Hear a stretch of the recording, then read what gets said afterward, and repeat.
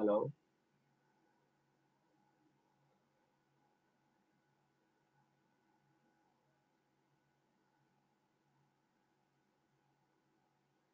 So let us start the very first topic of your crash course. And obviously, in chemistry, it is the some basic concepts, the name of the chapter. And in that chapter, we learn many things. So very first, let us discuss few questions on the methods of concentration. So we are going to discuss the some basic concepts as the name of chapter. And here we are going to study very important and very fascinating things जो आपको बहुत सारी काम आने वाली है पूरे उसमें। तो जैसे कि अ, हम लोग इसमें अभी करने जा रहे हैं बेटा the methods of concentration. So in the methods of concentration what we have to learn,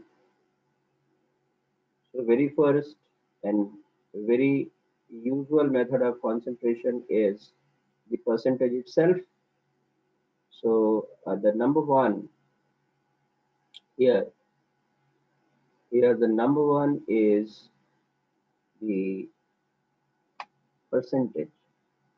So let somewhere it is written, मान लो कहीं पे ऐसा लिखा हुआ है x% W/W।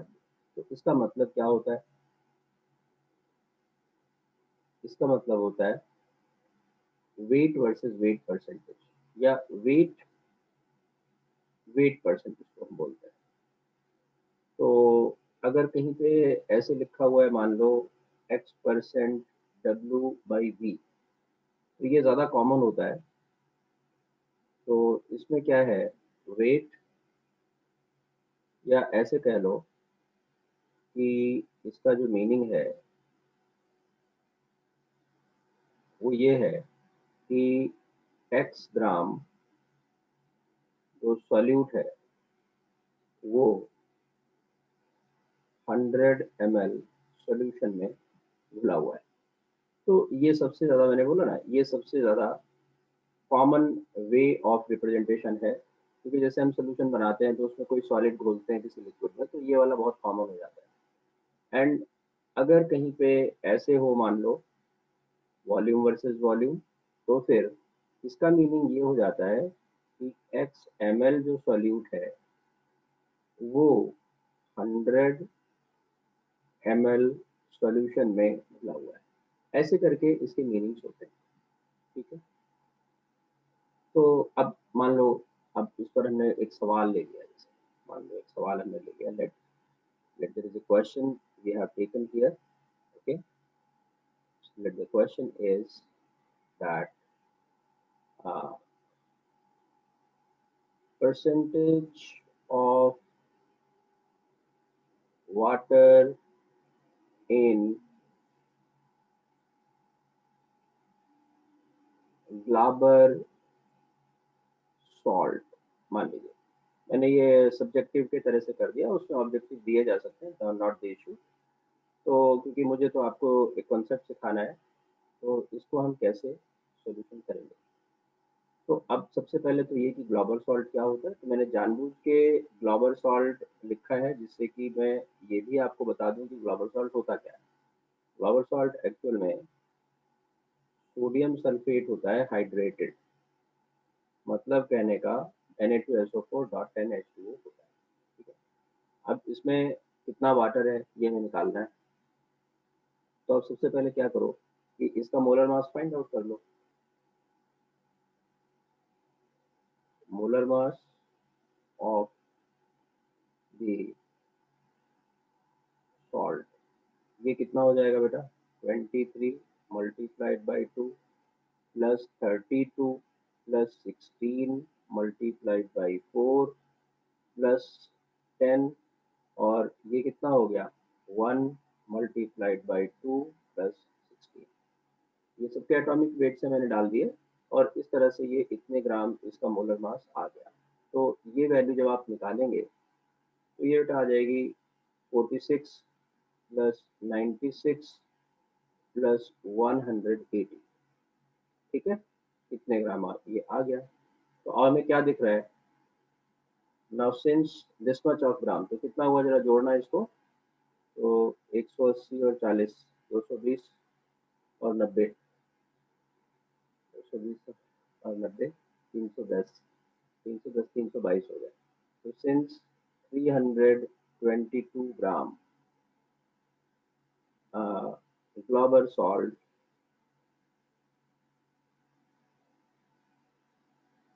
कंटेन्स या करेस्पॉन्ड से 3 लाइनें जो खींची जाती हैं, इसका मतलब ये होता है कितना वाटर है बेटा, 180 ग्राम ऑफ वाटर। तो अब कह रहे हैं भाई इसमें परसेंटेज बता दो, तो therefore 100 gram of salt will correspond how many quantity of water. तो 180 डिवाइडेड बाई में 322 मल्टीप्लाइड बाई में 100, इतना ग्राम वाटर होगा। तो that means this is the percentage. तो हम इसको सॉल्व कर लेंगे, वैल्यू निकाल लेंगे। तो इसका जो ये आएगी कितना परसेंट वाटर इसके अंदर है, ये आपका आंसर आ गया। तो ऐसे करके क्वेश्चन सॉल्व हो गए। तो ऐसे क्वेश्चन भी होते हैं। ठीक है, मैं आपको एक और सवाल इसी तरह का मिलता जुलता एक और क्वेश्चन कराते हैं। ठीक है, तो इसमें एक तो ये तो अलग तरह के क्वेश्चन है। ठीक है, तो ये आपका मैंने एक परसेंटेज पे करा दिया। चलिए अब थोड़ा सा आगे बढ़ते हैं और अब मैं आपको दूसरा मेथड बताता हूँ। तो जैसे कहीं पर एक और जो कॉमन सा एक मेथड है, वो परसेंटेज के बाद एक तो होता है पीपीएम। तो ये पीपीएम मेथड क्या है, पार्ट्स पर मिलियन। इसका मीनिंग क्या होता है, इसका मीनिंग ये होता है कि how many grams of solute is present in 10⁶ gram of solution, है ना। तो इसका मीनिंग ये होता है बेटा, solute present in 10⁶ parts of solution। ये इसकी डेफिनेशन है। तो मैथमेटिकली इसको हम कैसे लिखते हैं, तो पीपीएम के लिए हम लिखते हैं mass of solute divide by mass of the solution और मल्टीप्लाइड बाय में 10⁶। और बाय द वे ये जो ब्रैकेट के अंदर जो जितना ये पोर्शन है, इसको मास फ्रैक्शन भी बोला जाता है। इसको क्या बोला जाता है भाई, मास फ्रैक्शन भी बोला जाता है। तो हम ये कह सकते हैं कि पीपीएम जो है वो मास फ्रैक्शन मल्टीप्लाइड बाय 10⁶ होता है। अब इस पर एक क्वेश्चन ले लेते हैं, है ना। तो थोड़ा सा ठीक हो जाएगा, पता लग जाएगा आप लोगों को। तो जैसे मैंने कहा, एक सवाल लिया,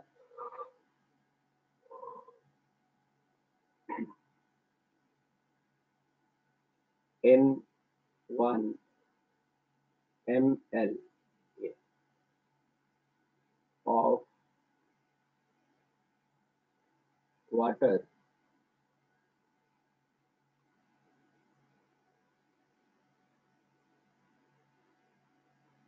(400 ppm CaCO3 is present। ठीक है, find its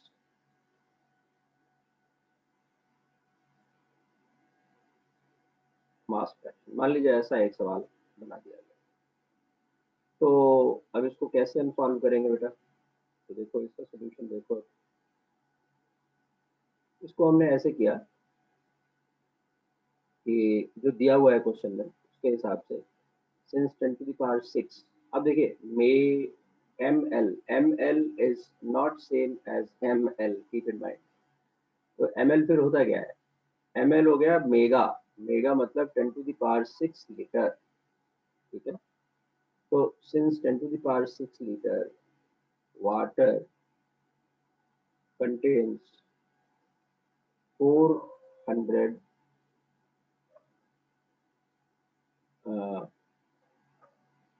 तो ये जो लीटर है 10 to the power 6 लीटर जो है, या इसको यूं कर लो, ऐसे कर लो बेटा, that this is actually equal to 10 to the power 6 multiplied by 10 to the power 3 millilitre. अब वाटर की जो डेंसिटी होती है बाय डिफॉल्ट 1 होती है, तो ये 10 टू द पावर 9 ग्राम बन गया, ठीक है। तो अब जो इसमें CaCO3 दिया हुआ है वो दिया हुआ है 400 ppm, है ना। तो इसका मतलब ये हुआ कि CaCO3 प्रेजेंट इन 1 मेगालीटर, ये कितना हो जाएगा बेटा? तो 10 टू द पावर 6 में इतना है, तो ये हो जाएगा 400 upon 10 to the power 6 multiplied by 10 to the power 9 gram. देखिए ये बात समझ में आपको आई कि नहीं आई? ठीक है। तो 10 टू द पावर 6 में 400 है, तो 10 टू द पावर 9 में कितना होगा? लाइक, तो इस तरह से आप ये देखेंगे ये कैंसिल हो जाएगा, तो ये आ जाएगा 4 इंटू 10 टू द पावर 5 ग्राम, ठीक है। या यूं कह लो कि ये हो गया बेटा 400 kg, इतना CaCO3 इसमें प्रेजेंट है। तो ये इस तरह से आपका आंसर आ गया। तो आपने एक और मेथड सीख लिया, ठीक है। अब एक और मेथड मैं आपका लेता हूँ, दैट इज द मोलारिटी। तो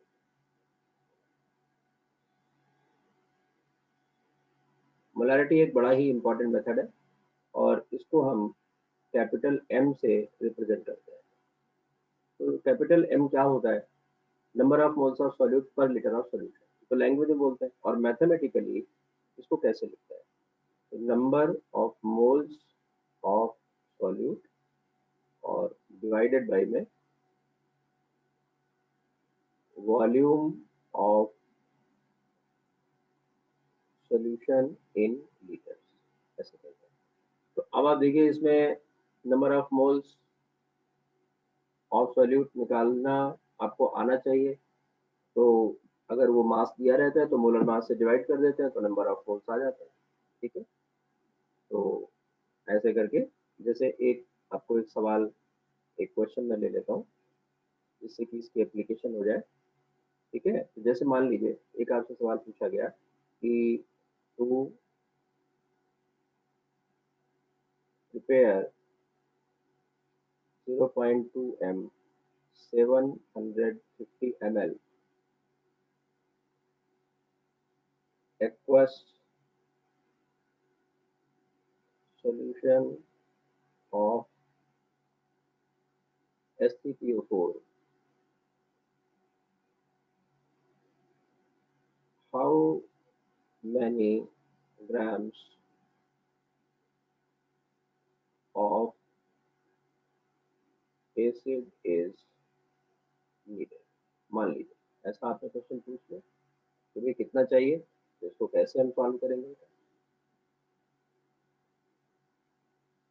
तो अब आप देखो, आपने 0.2 m बनाना है और ये बना, तो इसका कितने ग्राम लगेगा ये हमें पता लगाना है। तो ठीक है, तो सबसे पहला हम काम क्या करें कि number of moles of solute, मतलब कहने का number of moles of H3PO4 required हम निकाल लें, तो कितना होगा, molarity multiplied by volume in litres, इतने मोल होगा। ठीक है, तो अब मास कितना चाहिए आपको, तो therefore mass of H3PO4 needed will be equal to जो नंबर ऑफ मोल्स इसके आए हुए हैं, ये इसमें आप मोलर मास जो कि इसका 98 होगा, इससे आप मल्टीप्लाई कर दीजिए, that will be your answer. ऐसे करके हमें सवालों से डरना नहीं है, सवालों को निकालना है। इसमें कॉमन सेंस का यूज होता है बहुत ज़्यादा। हर एक सिचुएशन का एक नया फॉर्मूला, अदरवाइज आप कितने भी रट सकते हैं, वो फिर भी आपको कम हो जाएंगे। तो हमें उस सिचुएशन को रिएक्ट करना होता है एक्चुअल में, जो भी है। तो ये जो आपके हैं फॉर्मूले, उनका कैसे एप्लीकेशन करना है, फॉर्मूले तो बहुत सारे हैं, तो वो चीज़ आपने थोड़ी सी, मैं कोशिश कर रहा हूँ कि मैं आपको सिखा सकूँ। तो मोलारिटी थी, and now the next method we are going to discuss is the molality. तो मोलालिटी को हम स्मॉल m से लिखते हैं बेटा, और मैथमेटिकली ये जो स्मॉल m होता है, ये आप देखिए कि ये मोलारिटी से किस तरह से डिफर करता है। तो ये मास ऑफ द सॉल्वेंट के बेसिस पर इसको करते हैं, और मास जो सॉल्वेंट का है वो केजी में लिया जाता है। और क्योंकि इसमें वॉल्यूम का टर्म नहीं है, इसलिए ये जो मेथड ऑफ कंसंट्रेशन है, ये इंडिपेंडेंट ऑफ टेम्परेचर होगा, है ना। इसमें टेम्परेचर क्या असर होगा, जब ये इधर भी मास है, इधर नंबर ऑफ मोल्स है, उस पर टेम्परेचर कोई असर नहीं, इधर मास है, उस पर टेम्परेचर कोई असर नहीं। तो जिन मेथड्स में वॉल्यूम इन्वॉल्व होता है, वो मेथड्स टेम्परेचर डिपेंडेंट होते हैं, और जिन मेथड्स में वॉल्यूम नहीं होता है, तो वो टेम्परेचर से उनमें कोई असर नहीं पड़ता, कोई अंतर नहीं पड़ता, they are independent from the temperature होता है। ठीक है बेटा। तो अब इसमें हम कैसे, एक बात और इसमें आप ध्यान रखिए कि फॉर डाइल्यूट सॉल्यूशंस, जो मोलारिटी होती है और जो मोलालिटी होती है, वो इक्वल ले लिए जाते हैं, they are taken as equal. ठीक है, अब इसमें मैं इसका भी एक हम क्वेश्चन ले लेते हैं, जैसे कि कर लें जरा, पता लगे। तो जैसे मैंने क्वेश्चन ले लिया that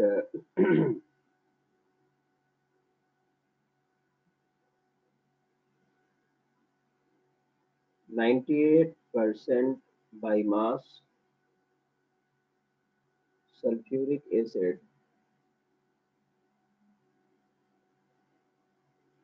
density 1.84 gram per cc. Okay.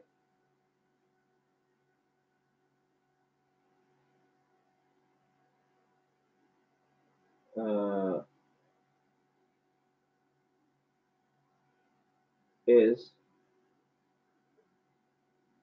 taken. ठीक है, तो आपने इसका क्या करना है तो इसकी आपने मोलालिटी बतानी है। तो फाइंड मोलालिटी कैसे करेंगे, देखिए समझिए। तो आपको 98% दिया हुआ है, सोल्यूशन इसका कैसे करोगे बेटा, तो 98% बाई मास ये दिया हुआ है। इसका मीनिंग क्या है कि 98 ग्राम H2SO4 जो है, वो 100 ग्राम सॉल्यूशन के अंदर प्रेजेंट है। ठीक है, तो अब आप यहाँ से सॉल्यूट के नंबर ऑफ मोल्स निकाल लो। तो इसका मतलब जो number of moles of H2SO4 हुए, वो 98 डिवाइडेड बाई 98, दैट मीन्स की 1 हो गया। अब जो सोल्यूशन है, ये सोल्यूशन का मास है 100 ग्राम। तो अब मास ऑफ सॉल्वेंट जरा निकालिए। तो मास ऑफ द सॉल्वेंट हम कैसे निकाल सकते हैं कि हम क्या करें, मास ऑफ द सॉल्यूशन ले लें और उसमें से जो सॉल्यूट का मास है वो हम उसमें से लेस कर दें। एम आई राइट? तो अब आप जरा देखो इसको क्या करना पड़ेगा। फिर हमें 100 ग्राम सोल्यूशन मान लो हमने लिया, तो 100 ग्राम सोल्यूशन, तो ठीक है, minus mass of the solute कितना है इसमें, तो क्योंकि इसमें मास ऑफ द सॉल्यूट 98 है, 98% है ना, 98 है, तो ये मास ऑफ द सॉल्वेंट आपका 2 आ गया, 2 ग्राम आ गया। अब इसकी मोलैरिटी निकाल देते हैं। तो देयरफॉर जो, सॉरी, ये नोटेशन इसके लिए नहीं होता है बेटा, इसके लिए स्मॉल m होता है।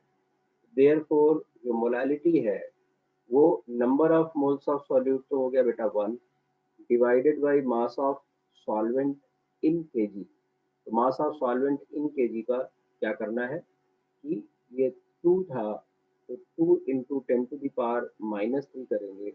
दैट मीन्स कि ये 1000/2 हो गया। तो इसकी जो मोलालिटी है बेटा वो 500 मोलल सॉल्यूशन ये आपका हो गया। इस तरह से आपने इसको फाइंड आउट किया। ठीक है, अब बाय द वे इसमें मान लो एक सवाल का एक और पार्ट हो, लेट इसमें एक जो क्वेश्चन है उसका मान लीजिए उसका बी पार्ट मान लीजिए, और बी पार्ट ये है कि ऑल्सो फाइंड मोलैरिटी, मान लो। चलिए ठीक है, तो इसको भी कर लेते हैं बेटा। तो अब मोलैरिटी में हमें वॉल्यूम चाहिए। Molarity will be equal to, mole तो 1 ही है, 98/98, and this is divide by volume of solution in litres. तो आपके पास 100 ग्राम सॉल्यूशन है, 100 ग्राम डिवाइडेड बाय 1.84 ग्राम पर सीसी, तो ये वॉल्यूम हो गया कि नहीं हो गया। अब ये वॉल्यूम सीसी में आएगा, तो इसको लीटर में करने के लिए आपने 10⁻³ से मल्टीप्लाई कर दिया। अब ये देखो क्या बन गया बेटा, ये बन गया 1.84 डिवाइडेड बाई 0.1, मतलब 18.4 मोलर ये सोल्यूशन है। दोनों आंसर्स आपके सामने आ गए। तो एक सोल्यूशन, उसी सोल्यूशन की जो मोलालिटी है वो 500 मोलर है, और जो मोलारिटी है वो 18.4। अलग अलग आंसर्स आपने निकाल लिए इस तरह से। तो फिर एक और जो मेथड मैं आपके साथ डिस्कस करना चाहता हूँ वो मेथड है बेटा mole fraction. Mole fraction, mole fraction, fraction नाम की जो जो शब्द है वो आउट ऑफ वन, फ्रैक्शन का जो इंडिकेशन है कि हम आउट ऑफ वन कोई चीज स्टडी करने जा रहे हैं। ठीक है, तो माना कि कोई एक सॉल्यूशन है A B, let A is the solvent plus B is the solute, और इस तरह से एक सॉल्यूशन बन गया। तो अब मोल फ्रैक्शन ऑफ ए हम कैसे फाइंड आउट करें। मोल fraction of A, number of moles of A divided by total number of moles, ये तो हो गया काई ए, मतलब मोल फ्रैक्शन ऑफ ए हो गया। ठीक है बेटा, and similarly mole fraction of B भी हम लिख सकते हैं, number of moles of B N A plus N B, ये आपका मोल फ्रैक्शन ऑफ बी हो गया। अब आप यहाँ देखेंगे कि क्योंकि ये आउट ऑफ वन होता है हमेशा, इस वजह से हमेशा ही इस तरह के सॉल्यूशंस में जो काई ए प्लस काई बी का जो सम होता है वो वन होता है, एक बात। और दूसरी बात, काई ए और काई बी का जो रेशियो होता है, जैसे chi A upon chi B will be equal to N A upon N B. मतलब हम क्या कह सकते हैं कि मोल फ्रैक्शंस का जो रेशियो होता है बेटा वही नंबर ऑफ मोल्स का भी रेशियो होता है, ऐसा हम कह सकते हैं। ठीक है, तो अब देखो एक क्वेश्चन इस पर भी कर लेते हैं, तो हमें थोड़ा सा ज्यादा आइडिया लग जाएगा। अब जैसे आपने यही वाला सवाल अभी किया था H2SO4 वाला, मान लीजिए इसी में कोई कहता है कि भाई आप मोल फ्रैक्शन ऑफ सल्फ्यूरिक एसिड और मोल फ्रैक्शन ऑफ वाटर बता दो, तो उसी सवाल में मैंने मोल फ्रैक्शन ऑफ H2SO4 मान लीजिए निकालना है। तो मोल फ्रैक्शन ऑफ H2SO4 उसी क्वेश्चन का सी पार्ट है मान लो, तो कैसे करेंगे? तो number of moles of H2SO4, तो 98/98 1, ठीक है, डिवाइडेड बाई 1 प्लस बाकी क्या है, तो 2 डिवाइडेड बाई 18। तो ये आपका क्या आ गया बेटा, 1/20 डिवाइड बाई 18 आ गया। दैट मीन्स ये 18/20 हो गया, मतलब मोल फ्रैक्शन 9/10 हो गया। सो देयरफॉर जो मोल फ्रैक्शन ऑफ वाटर यहाँ पे होगा वो 1 माइनस 0.9 मतलब 0.1 होगा। Simple. So this way you also have find out the mole fraction. तो ये सारे इस तरह के जो क्वेश्चंस होते हैं ये इस टॉपिक में होते हैं, मेथड्स ऑफ कॉन्सेंट्रेशन, ठीक है। बट इसमें और भी होता है, नंबर ऑफ मोल निकालने के लिए सवाल होते हैं कुछ। तो मैं आपको एक दो सवाल उस तरह के भी करा देता हूँ, जैसे मान लीजिए एक ऐसा सवाल मैं मिक्स ले लेता हूँ जिसमें सारी बात क्लियर हो जाएगी। जैसे मान लीजिए एक नया क्वेश्चन हमने ये दे दिया कि arrange the following in increasing order of number of atoms, ठीक है। मान लो हमने ऐसा लिया और उसमें हमने पहला ले लिया that is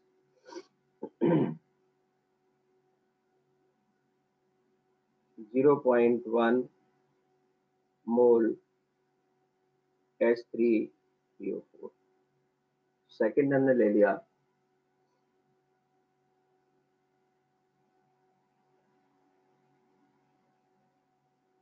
4.9 gram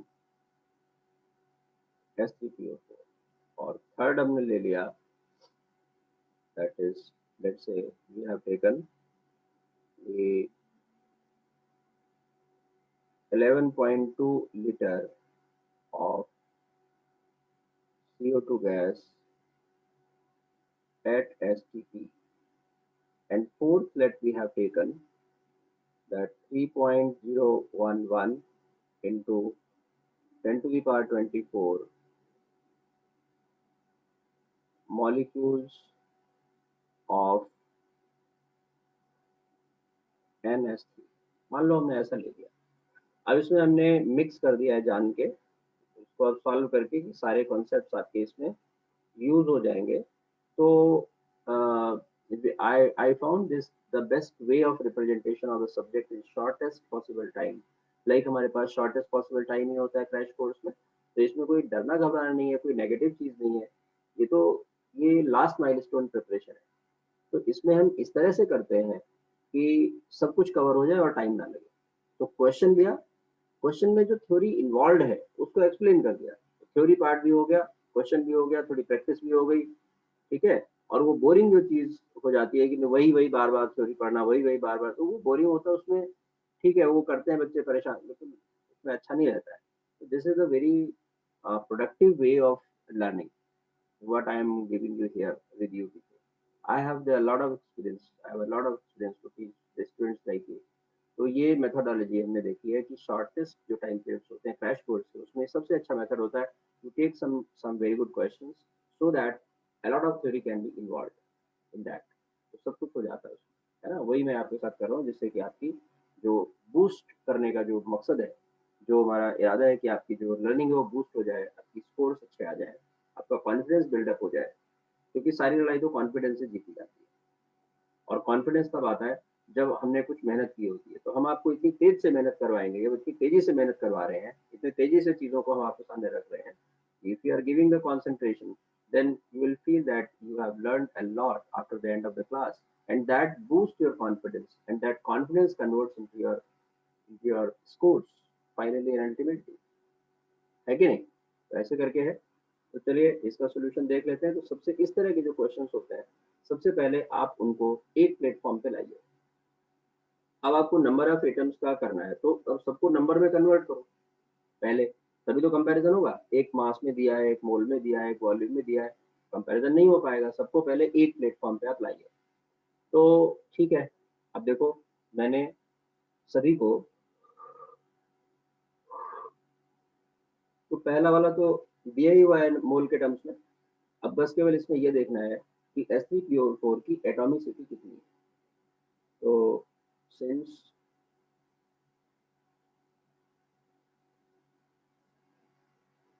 atomicity of Sp4 is 8, therefore number of atoms ये फर्स्ट केस में हो गए 0.8 मोल, ये पहला केस हो गया। दूसरा केस है 4.9 ग्राम ऑफ Sp4।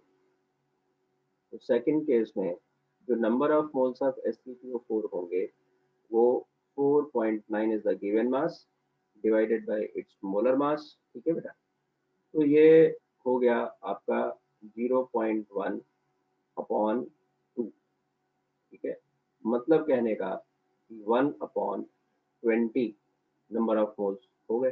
तो अब क्योंकि अब एटॉमिसिटी 8 है, तो देयरफॉर द नंबर ऑफ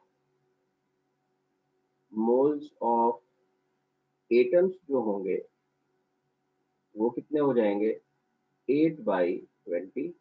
मतलब कहने का 4 × 8 4 × 20 लाइक दिस, मतलब कहने का 0.4 मोल्स। ये हो गया सेकंड। अब थर्ड में आइए। तो थर्ड में 11.2 लीटर गैस है। तो मोलर वॉल्यूम किसी भी गैस का, जो मोलर वॉल्यूम एट एसटीपी जो होता है,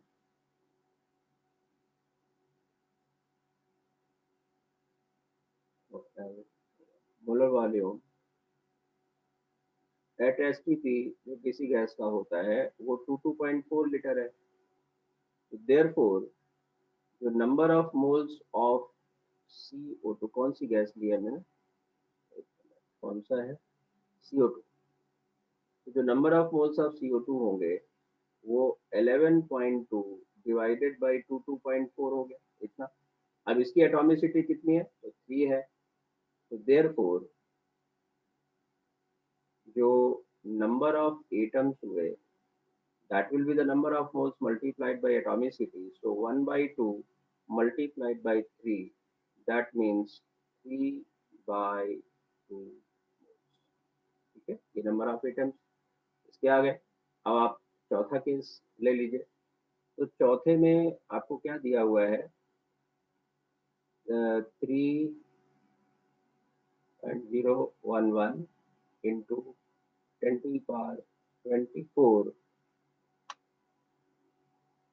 मॉलिक्यूल्स। तो ये इतने मॉलिक्यूल्स हैं। तो पहले इसको आप नंबर ऑफ मोल्स में कन्वर्ट करें।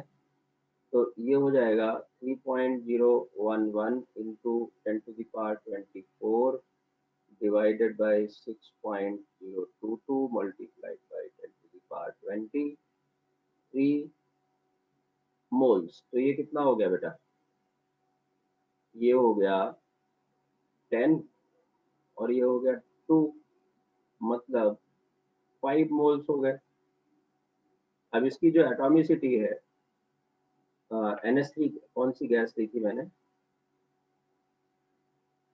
NH3। तो एटॉमिसिटी NH3 की 4 है। तो देयरफॉर जो नंबर ऑफ एटम्स की जो बात है वो number of molecules multiplied by atomicity.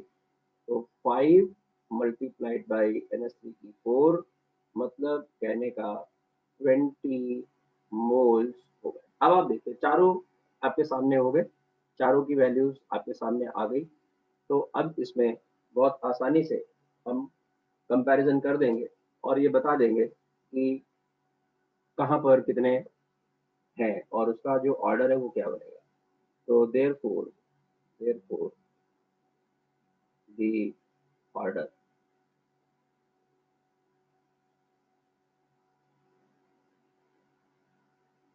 Will be as. तो हाईएस्ट तो फोर्थ है, fourth is the highest, 20 moles है। फॉलोड बाई कौन सा है, जरा लास्ट वाले पेजेस में देख लेते हैं।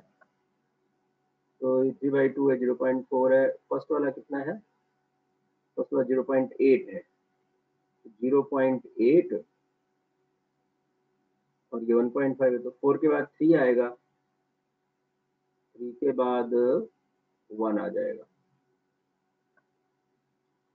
तो 4 के बाद 3, 3 के बाद 1, 1 के बाद 2, 1 के बाद, बिकॉज 1 में है 0.2 में है 0.4। ठीक है, तो इस तरह से आपने ये क्वेश्चन कर लिया। तो ऐसे करके हम सवालों को निकालने के लिए एक कॉमन सेंस का होना बहुत ज़रूरी है। ठीक है, अब जैसे बच्चे बड़े पर एटॉमिसिटी क्या होती है, एटॉमिसिटी क्या होती है, तो एटॉमिसिटी किसी भी मॉलिक्यूल के अंदर कितने एटम्स प्रेजेंट है वो होती है, आपके सामने करके दिखा दिया है। तो ऐसे ही बिना पूछे आपको सीखने की टेंडेंसी आपने डेवलप करनी पड़ेगी। जैसे कई बार क्या होता है, एग्जामिनेशन हॉल में आप बैठे हुए और वहां पर एक कोई एक ऐसा टर्म आ गया जिसका मीनिंग आप नहीं जानते, तो उस टर्म के मीनिंग को छोड़ो, आप पूरे उसका पूरा कॉन्टेक्स्ट देखो ना, पूरे क्वेश्चन का मीनिंग क्या है वो तो आपको क्लियर हो जाएगा ना। तो वो टर्म भी आपको पता चल जाएगा फिर, क्योंकि जब आप पूरा पढ़ेंगे तो वो फिर कॉमन सेंस से पता लग जाता है। ठीक है, तो ये आपका इस तरह का क्वेश्चन हो गया। फिर मैं आपको कुछ इसमें कुछ तरह के स्पेसिफिक क्वेश्चन में करवा देता हूँ। जैसे कि अब एक बड़ा ही स्पेसिफिक क्वेश्चन इस तरह के आए हुए हैं प्रीवियस ईयर्स में कभी कभार। जैसे कि एक आपको कहा गया कि भाई एक पर्टिकुलर मॉलिक्यूल में किसी एक एलिमेंट का परसेंटेज दे दिया और उसका पूछा कि मोलर मास क्या होगा, लाइक जैसे जैसे जैसे जैसे एक क्वेश्चन मैंने आपके लिए लिखा that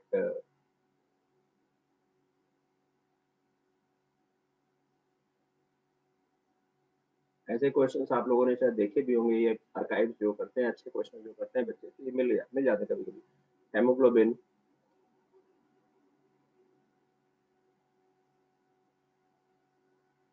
contains 4 iron atoms per molecule। ठीक है, percentage by mass of iron is 0.028%।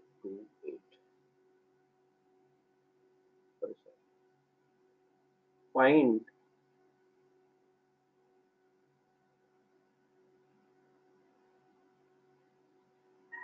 molecular weight of hemoglobin। अब इसको कैसे करें, तो थोड़े से ये ट्रिकी क्वेश्चंस होते हैं, ये बहुत आसान नहीं होते।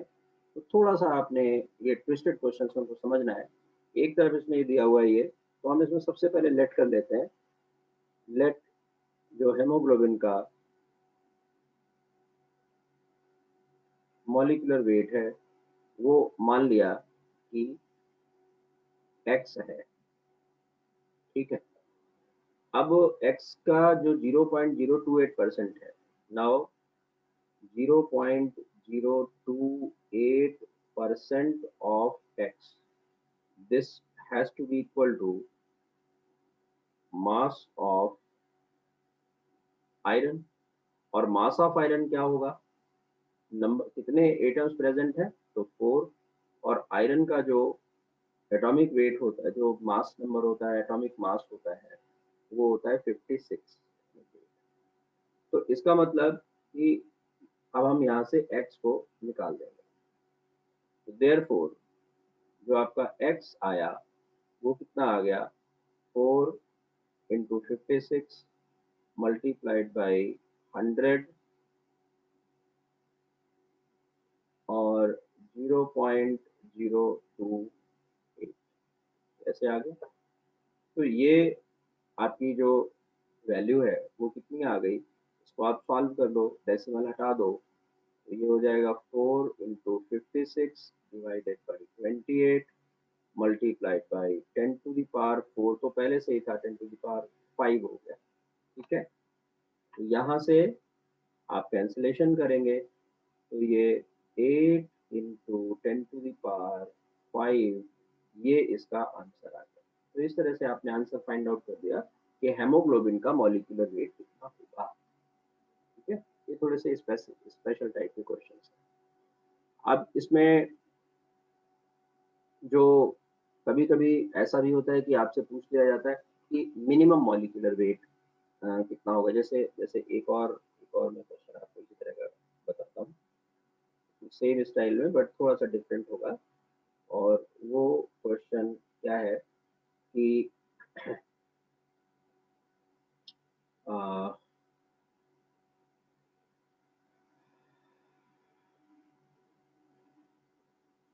फाइंड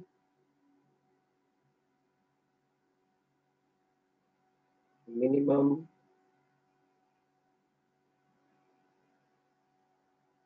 molecular weight of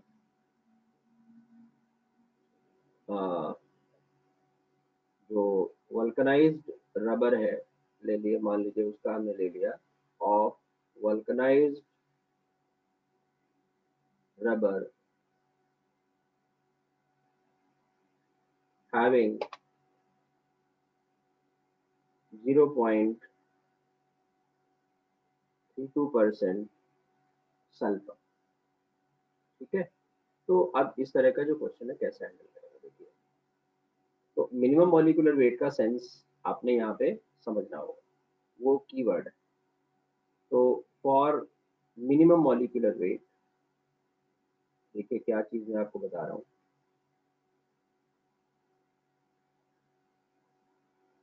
और मैं ये ऐसे क्वेश्चंस की आपको प्रैक्टिस करवा रहा हूँ जो प्रीवियस ईयर्स में कहीं ना कहीं आए हुए हैं, सो दैट आपकी फ्रिक्वेंसी सेट हो जाए कि हाँ भाई ऐसा क्वेश्चन आता है।